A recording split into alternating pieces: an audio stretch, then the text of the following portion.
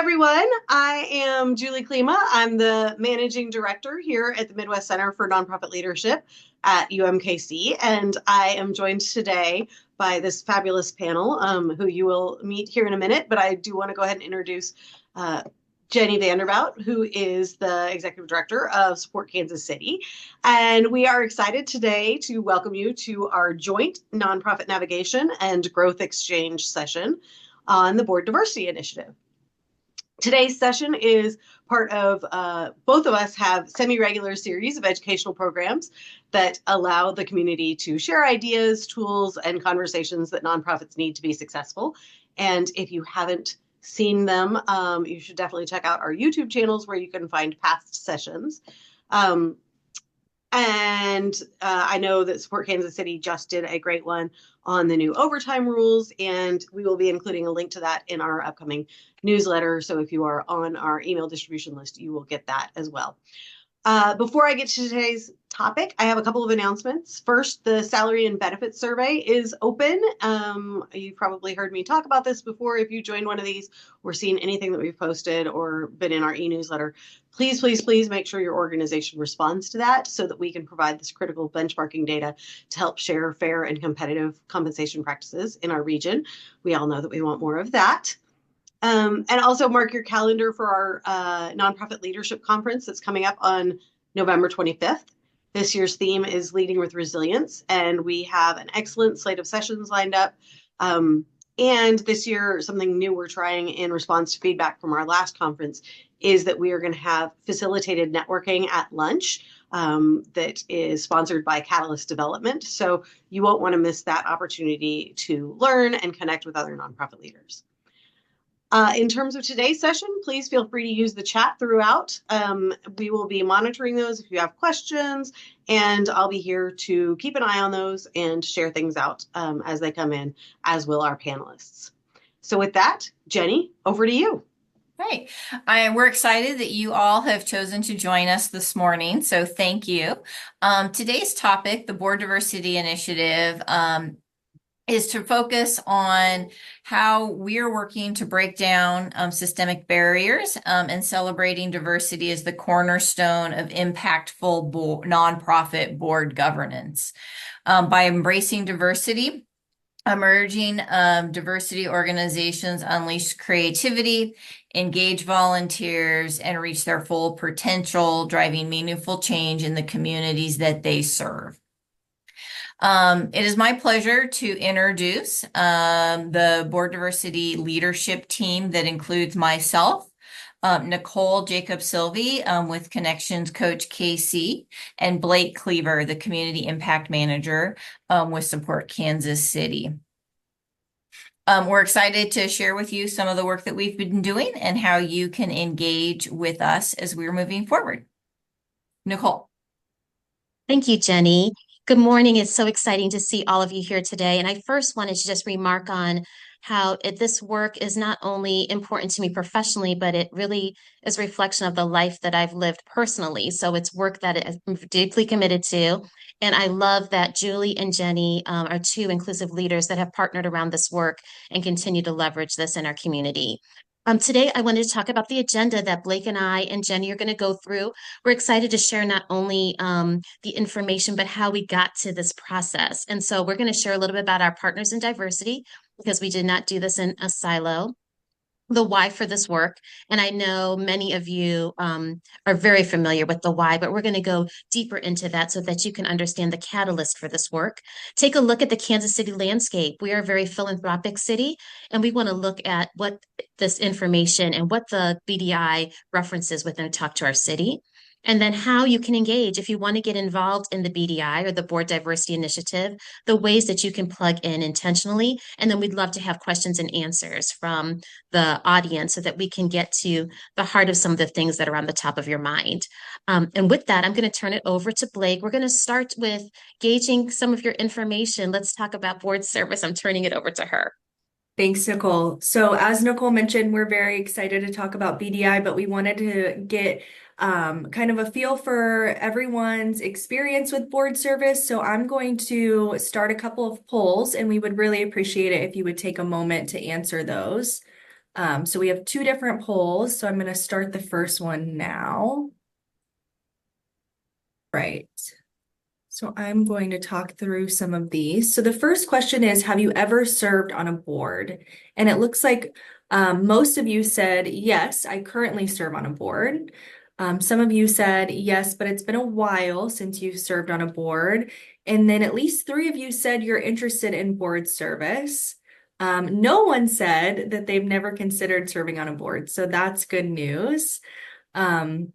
And then the second question was, if yes, my experience with board service looked like. And it looks like most of you have served in a leadership role on a board. Most of you, or some of you have served and done your full term or terms. Some of you have only stayed for 1 term, and some of you did resign early. So that's interesting, and we'll kind of talk through some of that here shortly. And then the last question on this poll is, if no, what has kept you from board service?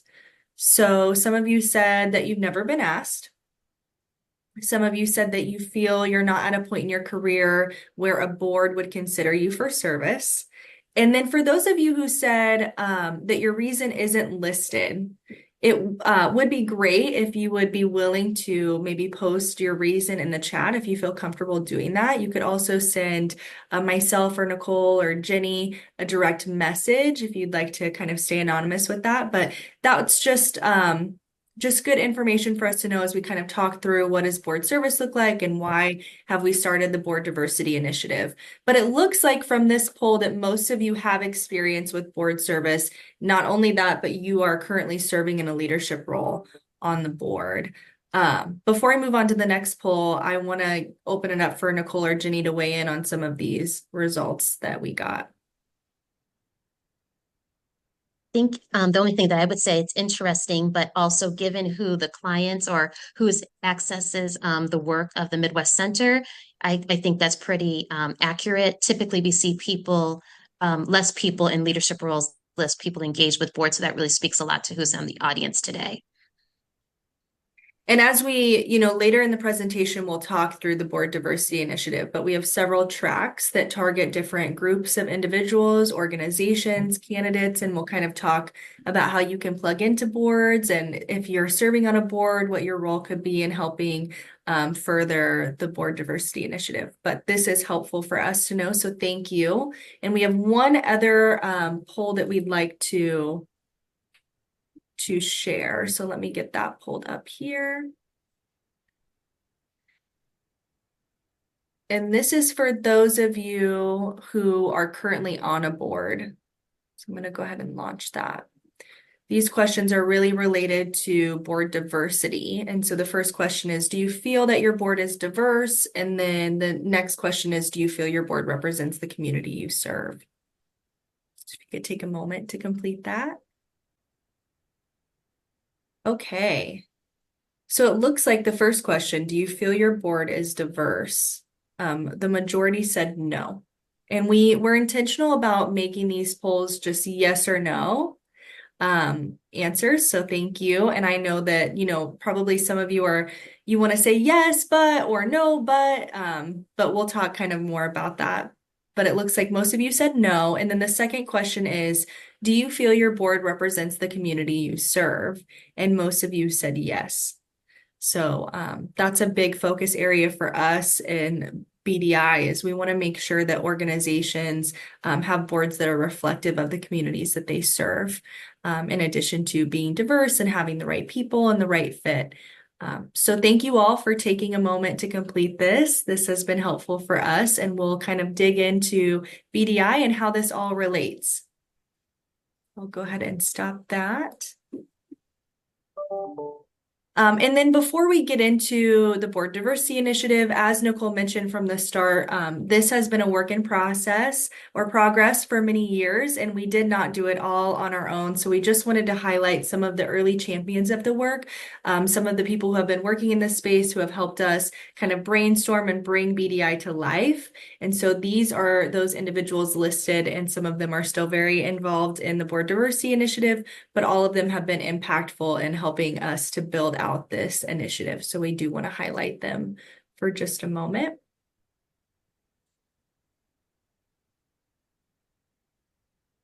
And then I will turn it back over to Nicole to talk about our landscape. Thank you so much, Blake.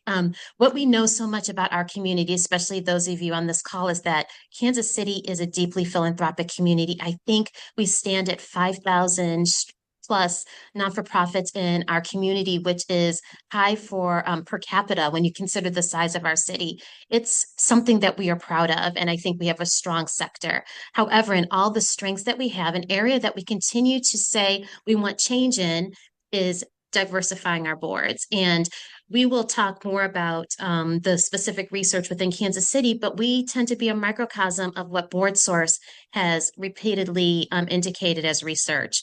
In the past 30 years, diversity on boards has hardly changed. We've hardly moved the needle. And that isn't because organizations have not felt that it is a priority or that it is something that needs attention. It's because often people have shrugged their shoulders and said, we're not sure how to do this.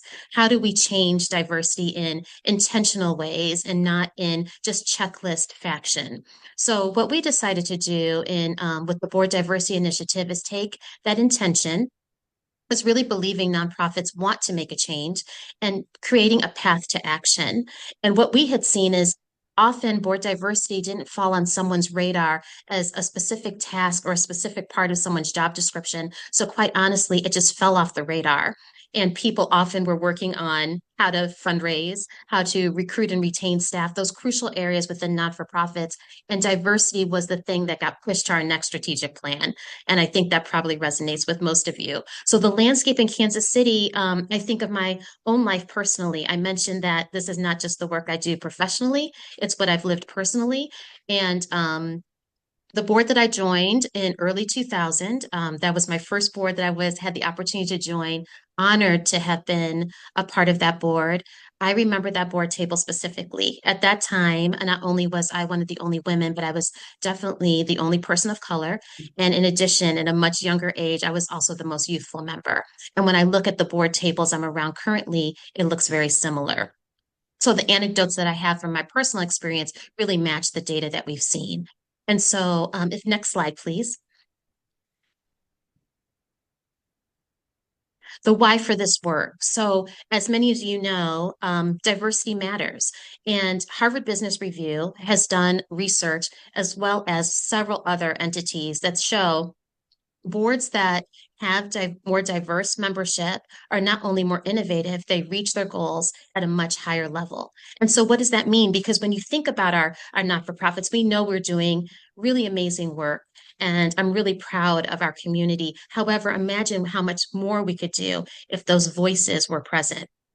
We go by the adage, not for us, without us. And that's that concept that Blake was talking about, that having people at the table not only provides lived experience, it provides different perspectives, and it gives us the sense of saying that those who are at the table have a voice that is not only valued, but is respected and welcomed at the table. So some of the research has shown, which I know these numbers are not atypical to most of you, that 60% of services provided by not-for-profit organizations are administered to people of color. And when you see a number like that, I want to give the context for that within diversity, right? DEI, 60% of those services are provided by not-for-profits to people of color because of the systemic barriers that persist within our communities. So because people of color have been historically marginalized, they have been in greater disadvantage. And so we actually built not-for-profit organizations and missions to meet that need. Although those individuals are receiving those services, less than 25% make up board service. So if you just let that sink in, we see where there is this big gap, and I dare say opportunity, which is what BDI leans into, the opportunity to engage different voices, and so that we can continue to create innovative choices for the organizations and missions that we serve. Thank you. So as we talk about the why, we started thinking about what was going on in Kansas City and how did we know that maybe Kansas City was better than what the national research was showing from Board Source. but we really didn't know, and we didn't have a baseline as we were moving forward to think about what impact potentially our program that we were creating was, or all of the other programs that are also happening in Kansas City. So understanding that we're all collaborating in different ways in order to advance the goal of the Board Diversity Initiative. And so we partnered with the Midwest Center to do the research for us to see what's happening in Kansas City. And it was similar to how the board source research questions, but really looking at and thinking about the impact. So we'll be able to see what the impact is moving forward and the change, and us to be able to get a baseline about what was going on in Kansas City. Next slide. This research was done in early 2024, so earlier this year, and it was a mixed method study. So we sent out, or not we, the Midwest Center sent out surveys, as well as conducted interviews to dig a little deeper and get some additional insight. It was determined, the pool was from the IRS registered nonprofits in Kansas City, and a random sample was selected in order to conduct the research. So as a study overview, most organizations, next slide, please. Next, most organizations were at least 9 years old. A majority had been participating organizations. A majority of the surveys were completed by an executive director, VP, or CFO. That was 82% of those that responded. While this also went out to board members, only 6% of board members completed the data, and then 10% were made up of other staff that were involved with that organization. Next slide. Of what we discovered, it was the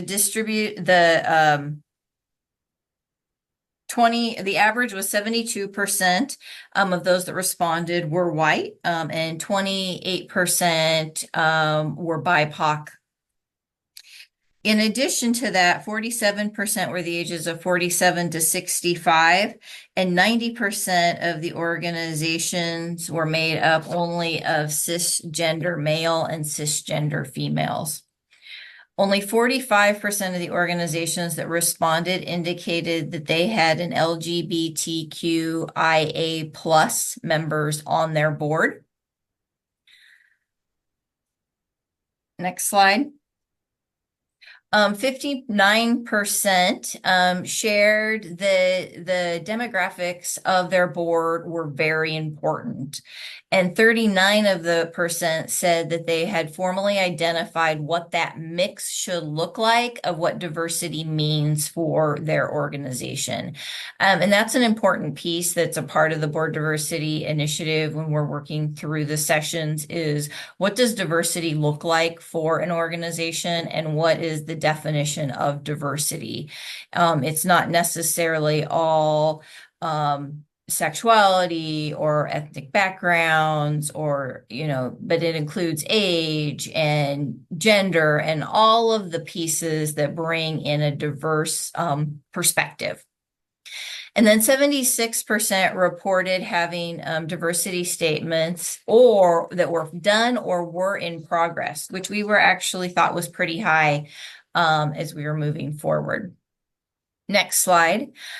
As we then began to look in deeper, kind of the board generally did the board generally represent the demographics of the population? Only 36% of those said yes. And you guys indicated that 71%, so slightly different stratification. 55% said somewhat. In addition, the rate of the importance the board applies on the demographic characteristics of very and somewhat important made up 89% of those studied. So there's a little bit of a disconnect between what they're saying is important and what is generally occurring. Next slide. And then had the organization, and which I touched on a little bit, identified the desired mix. So had there been the conversations about what the mix needed to be, and 39% said yes, that had been just established, but 47% basically said that was somewhat, and they were in conversation. Now, we also understand that once you've established what that mix should be, it takes a minute to then make that happen within your board. Unless you're going to completely revamp your board, have people leave before terms are up, that there is a transition process. You can add obviously positions to work on creating your mix, and you can be very intentional as people are transitioning off. But unless you're going to completely start over with your board, which is not realistic, it's going to take a minute to get your mix to where you would like it to be. Next slide. And so additional research insights included that boards and organizations were committed and actively engaged in conversations about board diversity and representation. So with that, sorry, your stuff is all cut off. We should have gone through these prior, so we'll make sure that this is updated before we send it out to you so you can see the actual data and what it says. But that first one there is about, committed to understanding diversity. The second one is acknowledging the disparities and how you fill the gap, how boards are working to fill the gaps. The third is committed to raising its awareness and understanding around racial inequity related to the organization's mission. And the second to the bottom is committed to addressing gaps. And then the last one is discussing related to organizational's programmatic results. And as you can see, these were high priorities for organizations. Next slide. And then we asked if organizations felt that having diversity impacted the organization's ability to deliver on its mission and understand its work and understand the communities that it served. And as you can see, there were high responses to all of that the impact of having a diverse board, those that that are working towards that see the impact that it'll have on their organizations as well as the community. Next. General insights that came out of the study, and again, we will get this slide cleaned up prior to sending it out as things that are cut off. But really that there is a vested interest in the Kansas City community to improve and be better than we have been around the makeup of our boards and ensuring that there is diversity and representation at the table. Thank you, Jenne, so much for going over all of that data and for the Midwest Center for creating the leadership opportunity for us to receive that research that really gives the foundation for this work. So when we started what is this process, we came up with what is BDI and thinking about where are the pain points, why for this work. All the information, the slides that we just did prior led up to where we landed. When I first was contacted about the Board Diversity Initiative, it was one aspect. We were focusing just on how to get more individuals recruited to boards. After looking deeper at the content and what was really going to make systemic change, we came up with a three-pronged kind of approach. And what we wanted to do is shape board culture. We realized recruiting individuals from diverse identities to boards wasn't going to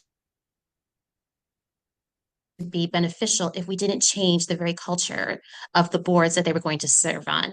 we decided that boards needed to have shared power and inclusive leadership to be prepared to not only recruit, but retain those individuals from diverse identities. We wanted to provide support to the executive leader. We found that when trying to create diverse spaces at the board tables and change board culture, executive leaders are in a very unique role, and that offering them support would help further this initiative and further this work. And of course, we want to build a pipeline of board ready candidates. We think the most important aspect is to continue to leverage our rich and robust community, which is diverse in all the areas that Jenne mentioned, and to be thinking about individuals different than the same folks that are asked. So often it's the same individuals from diverse identities that are asked to serve on boards. And the question that we use for recruitment is often, who do I know? Or who do you know? And we often know those that we're in closest proximity to. So we thought with great intention about each of those spaces before thinking about how to best leverage this initiative in 3 ways. Next slide. And so the main focus of the Board Diversity Initiative, as I mentioned, was looking deeply at changing board culture. And we lean into using an equity lens and focusing on no shame, no blame. We know that we've all inherited these systems of oppression, but also pushing a bit to say, to be comfortable with being uncomfortable as we look at some systemic reasons for this work. So what we do is we engage the organization's full board and executive leader. So the full board will go through a 4-module session that's over the span of a year, that are the beginning starts with a retreat so that we can really dig into the work and also build group cohesiveness and focus on the board culture in terms of getting to know one another. Then we cultivate that culture of inclusivity. We foster strategic approaches to pipeline building. So we look intentionally at what actions we're going to take to do that. Instead of just saying in words, what are the steps we're going to take? There's homework in between each of the modules that last over a year's time, as I mentioned, so that we are looking at the individual boards, everything from their bylaws to their policies, and not only their policies, but their practices. And then we operationalize those DEI principles by looking deeper and changing policies and procedures as needed. We embrace shared power and adopt inclusive leadership. So there's intensive work within each of the modules so that we're looking at different areas of diversity, equity, and inclusion. We're looking also at reflecting personally, but then also reflecting over what we need to do within our specific organizations and taking that into conversation that continues over the year. Next slide, please. Then there's the executive leader track. Now, the executive leader track happens simultaneously with the board track. It's the idea that the board leader would, of course, be engaged in the whole BDI process, but there's peer support. So ideally, as we continue to engage more nonprofit organizations, it will look like a roundtable approach. So Jenne Vanderbout actually went through and did the executive leader track first as Support Kansas City did this process, that she would receive additional support in terms of what are some pain points, what's going well, how can we, is there some additional information that you want to dig into deeper, an area for that executive leader to just talk and walk through any potential problems and also celebrate wins.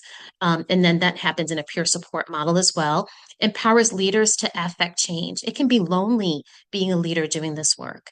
To be frank and to be honest, we piloted the project, the program with Support Kansas City, and there were some pain points and some things that emerged among the board members, and being able to talk about how DEI is going to live out in that organization, what the core values are of that organization, how it affects the mission was crucial and vital. So helping that executive leader affect change and ensure leaders have the necessary resources. In addition to going through, it's not just talking about these ideas, it's getting the toolkit and the specific actions and processes that the leaders can do to not only initiate change, but to sustain it. Next slide, please. And then the piece that really initiated most of this work, and I think what most of you often think of when we talk about board diversity, is where do we find the candidates? Across our community, I hear boards, not-for-profits say that their boards are doing well. Then when someone's term ends, they're looking for that next candidate, right? And that's where we go to our default of who do I know? And often when we say, who do I know or who do you know? It's the same 10 to 20 individuals that are asked to serve again and again. What we want to do is cast the net wide with the idea that there isn't this narrow description or avatar of who should serve on boards, that all people have the ability to serve. So we want to create and establish a cadre of board-ready community leaders that represent diverse backgrounds. And that means in all areas of diversity. And we even mean not beyond gender and racial and generational diversity. We want to look even at geographic diversity and something that's lesser spoken about, educational level diversity. And equipping those individuals not only with the knowledge of how to make a motion and all those board 101, we really want them to have the information of how to navigate the board table, and then also a pathway for active participation so they can retain and have their voice heard, for leadership opportunities, for matriculation, retention within the boards. And we also want candidates to really be empowered to vet organizations. We have limited time as busy professionals, and knowing the spaces and places that are going to welcome diverse voices and perspectives, that someone is going to feel welcomed, that's really important. So we are going to talk and foster how to utilize an equity lens to vet organizations to see if they're boards that are ones that they want to join. So that is the 3-track approach. We have all of this information on our website as well. We'll share more with you about that. But the 3-track approach is our comprehensive way to not only initiate change, but to sustain it. We recognize that people will roll on and off boards. And so the information they learn, we hope you're going to take to whatever place and space that you're in. And we believe that there'll be a ripple effect across our city that will start to shift that narrative about what boards look like in our city. Next slide. Program facilitation, is that me, Blake? I can take it away. Please, thank you. Thanks, Nicole. So I just want to talk a little bit about Support Kansas City's role with the Board Diversity Initiative. Support Kansas City is really the parent organization for this initiative, and we provide the backbone administrative support for the initiative. Myself in my role with Support Kansas City, I serve as a lead facilitator with the Board Diversity Initiative and a kind of a program manager for BDI. And so I just want to highlight kind of what Support Kansas City's role is with BDI. And then I will talk about how we can get involved, but I do want to talk a little bit about the different aspects of the Board Diversity Initiative. We really wanted to make it easily accessible for those who have engaged with the Board Diversity Initiative with BDI. And so part of what we did was develop an online learning platform where all of the learning materials are stored. We have a 2-person facilitator model, and we have the website, different forums, ways to engage. So the next slide is just kind of a snapshot of what the online learning platform looks like.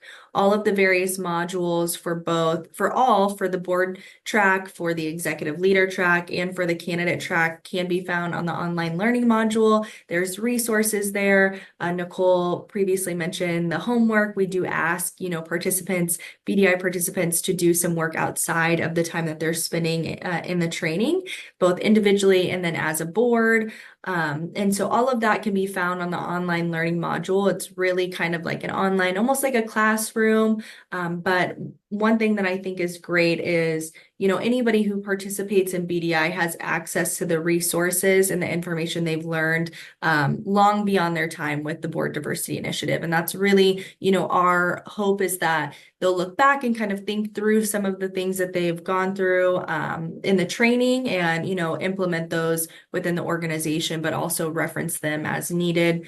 One thing that this slide points out is we do have participant workbooks. That's where the homework is found. That's where some resources are found. That is really kind of the workbook that walks you through the entire module. But in addition to the homework that we ask each participant to complete, there are those, so we call them kind of the champions of the work, the ones who are really invested in this work and really want to dive into the material. So we offer in the workbooks kind of what we call going beyond. It's just additional resources or assignments for those who want to kind of dig deeper into the work. And that's all part of the participant workbook. And ways to engage, Nicole mentioned, and I believe Julie, if she hasn't already, or maybe she has put the link to our website in here, but I also have a slide with our QR code that takes you directly to the website. Thanks, Julie. And on the website, there are the different ways to engage. So we have multiple ways to engage. If you're an executive leader who, whose board could benefit from the board training, there is a form for that. As the executive leader, in addition to your board going through the training, as Nicole mentioned, you also have kind of a peer support group, one-on-one coaching model to help you navigate your board through this training process, but additional support and resources for you. So there's not a separate form for the executive director. It's just part of the board track. So that's the route that you would take if you're interested in engaging your board in BDI. If you're a prospective candidate, you'd like to serve on a board, you haven't had board service. I know some of you have mentioned maybe you haven't been asked before, or you don't feel like you have the skill set that a board's looking for. Those are the individuals that we would really like to engage in the candidate track. So there is a form on the website for that as well. In addition to, as we continue to build out BDI, we're always looking for, great facilitators for this work. And so there is a form on the website in addition to those other forms if you're interested in being a facilitator for BDI. So the process is you fill out the form and one of our team members, likely myself, will follow up with you, kind of talk you through what the board diversity initiative looks like, how you can get involved, and what the next steps would be. And all of that can be found on our website. But my contact information is also on the website, and I will put it in the chat here in just a moment. If you have more questions before you dig into the forms, you're always welcome to reach out to me, and I'm happy to have a phone call with you all as well. And then before we start on questions, I do want to circle back to the initial poll because I did get a direct message that I missed. And I just wanted to kind of talk through that response. This was, if you remember, my reason for not joining a board is not listed. And this response is, and I think it's great, I think timing balance of other responsibilities can be intimidating when thinking about a multi-year commitment and wanting to do the best job for the organization. I think that is a very valid concern that a lot of people have. A lot of candidates or board participants, they have a lot of other things going on. It's typically a volunteer role and it takes a lot of time. And in our candidate track, that's something that we talk about. What does the time commitment look like? There's different types of board service, as I'm sure all of you know. You might be on a board that's really hands-on and doing a lot of the work. Maybe it's an all-volunteer organization. Of course, that's going to take more time. Something that we talk about with our boards is, really kind of highlighting the time commitment that your board requires and making that, forefront so that anybody who's potentially engaging in board service can kind of take a look at that and evaluate what their time commitment would be and if they have the time to do that, because we want these participants to be fully engaged in the board, whether your board is a governing board or your board is kind of, more hands-on. We want to give participants the opportunity to serve in leadership roles if that's something that they're interested in. So that is a valid concern, I think, for a lot of people. And the only thing I would say is it's just important to truly understand what that commitment looks like for the board that you're interested in serving on. I don't know, Nicole, Jenne, do you have anything else to add to that? I do, Blake. I realized when you were talking about them, that was an excellent comment by whoever is in the audience that said it. I did not specify the time commitment for the candidates track. And I think as busy professionals, that is top of mind for so many people, especially those who want to engage intentionally, want to make sure they have the time to do so in the capacity. So the candidate track starts with a half day retreat and then goes into a full day retreat the next day. So it's over a Friday and a Saturday typically. We wanted to do it so it wouldn't interrupt with a busy person's work schedule, but would allow a cohort model to emerge. We believe that some of the cohort models we've seen around the city are some of the best, and we wanted to make sure that people build their own community and get the information that they need. So starts off with a day and a half, and then we will engage intentionally throughout the year to further give the individuals information that they need to build their toolkit to make the best decision, as well as to match with the boards. And we also didn't mention that we are partnering with a sister organization, On Board KC, with Mary Mooney Burns, that really focuses on that matching piece. And so we have intentionally built out the training, changing the board culture. And we want to make sure that once we have this cadre of individuals that are board ready, that they have the opportunities to serve on boards where they can make their influence, but also retain and hopefully be in leadership roles. So thank you for that. I forgot that's important if you want to be in the candidate track to know what that expectation, that time commitment is. And it's intentionally a smaller commitment so that it is not burdensome and that it gives people the information that they need.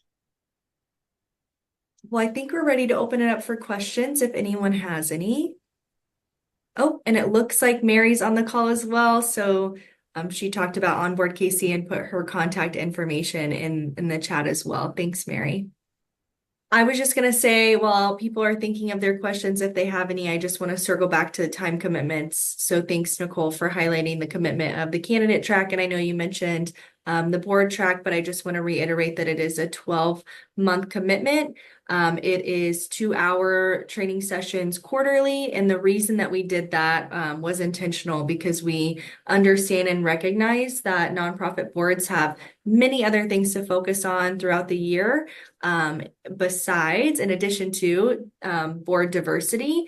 And while that is very important, we need to leave time for boards to work through all of the other responsibilities that they have. But we also want to really ingrain this idea into the culture, into the work of the organization. And part of that is this year-long commitment. So as a board, you are committing to 12 months. Again, they're quarterly sessions. The board training starts off with a full day retreat to kick us off and kind of introduce everyone to the concept. And then from there, it's 2-hour-long training sessions once a quarter. And there is a question that came up about what organizations we're currently working with. We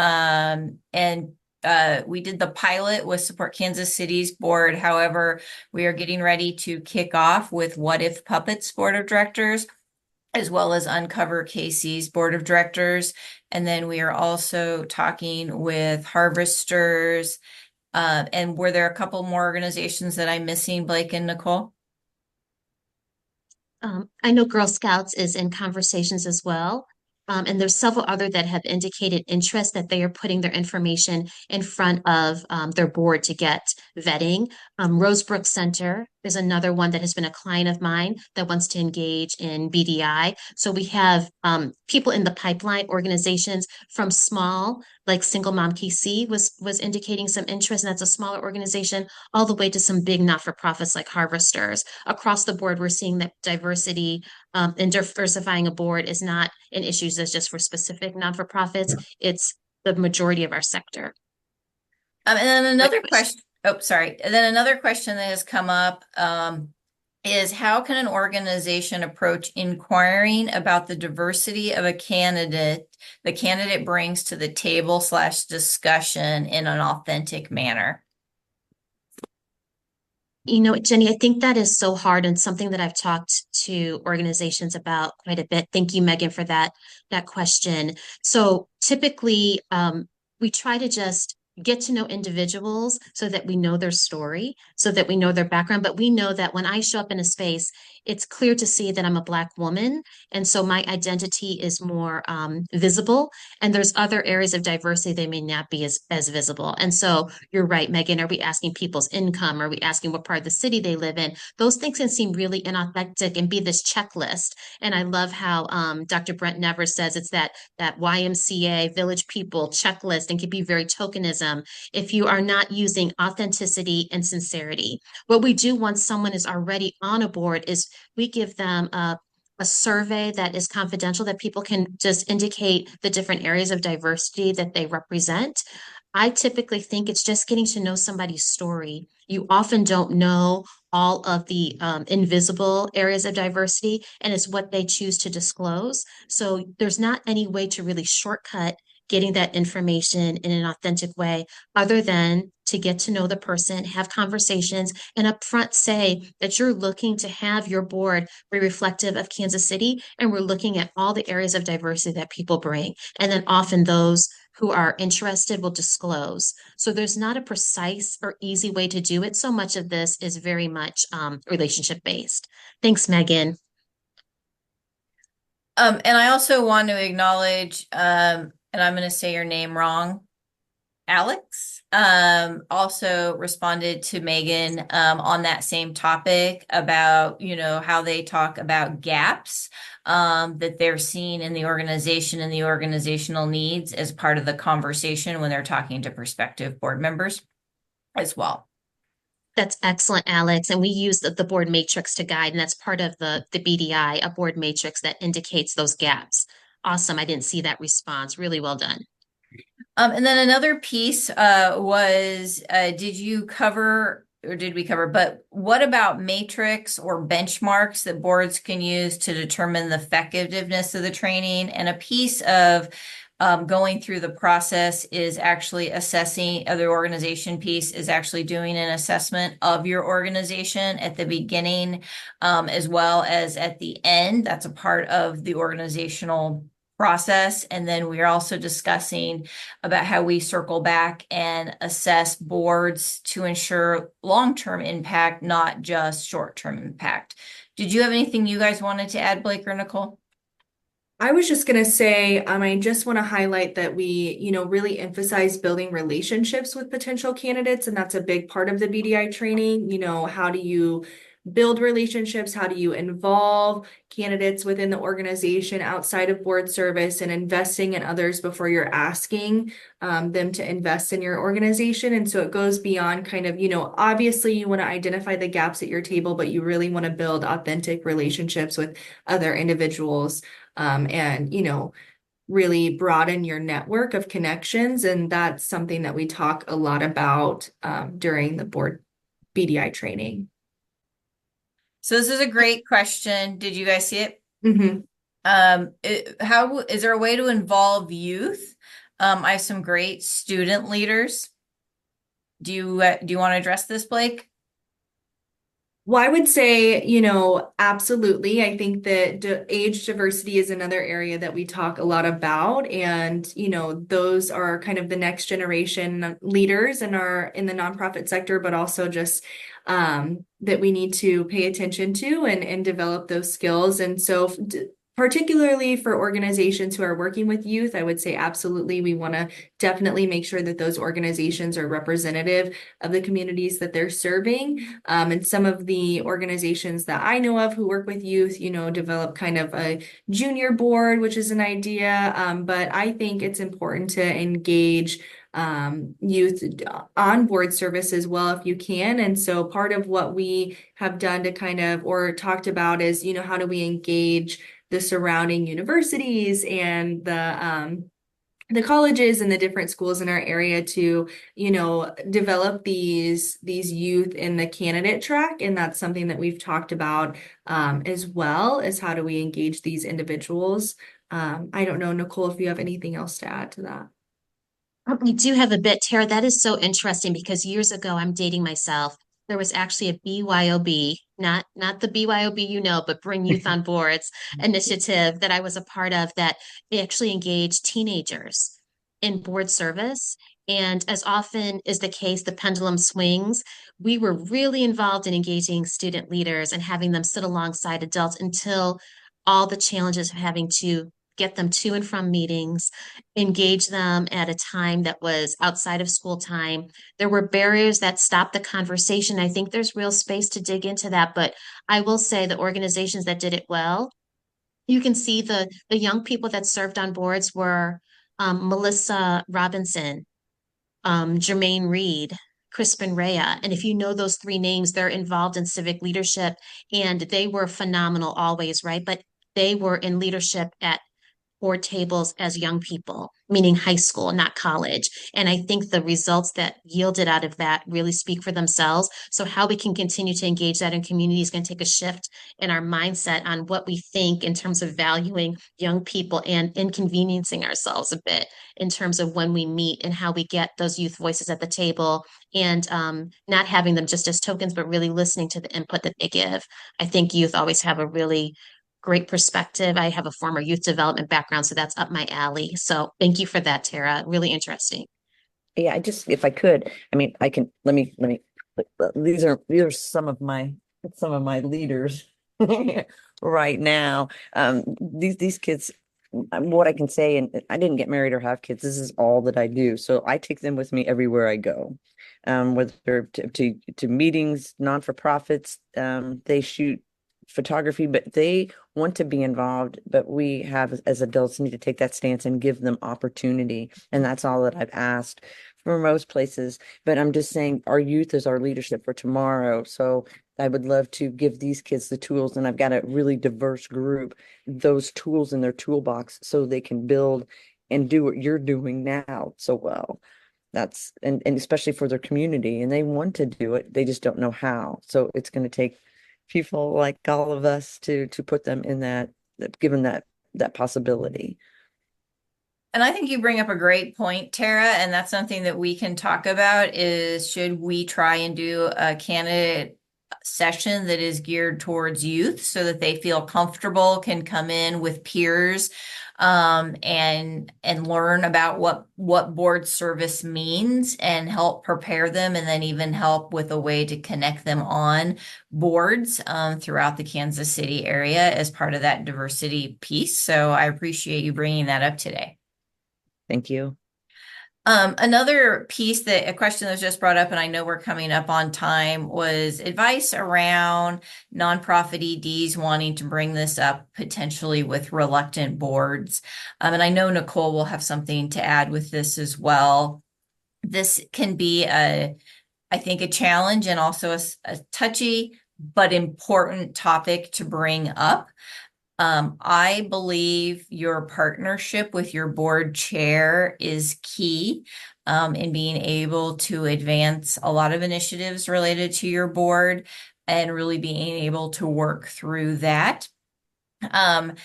However, there's still potentially roadblocks and there may be challenges with your board chair as well, and every organization and situation is different. But I think it's about talking about the decisions being made and the organizations you serve and how you as an organization can be better and what that impact can have long term. But it is also about those partnerships you have with your board members as you're advancing the organization. Do you have something else to add, Nicole, on that?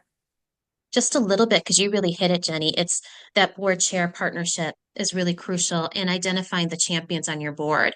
And what I'm finding is because it is somewhat of an uncomfortable topic, typically the organizations I work with, there's more people who are in favor of diversifying the board or just not sure. And when I say not sure, it's a lot of times people are they're fearful because they're just not aware. And when we show that the work that we're doing with BDI isn't something new, it is in terms of something completely different. It's an extension of furthering your mission.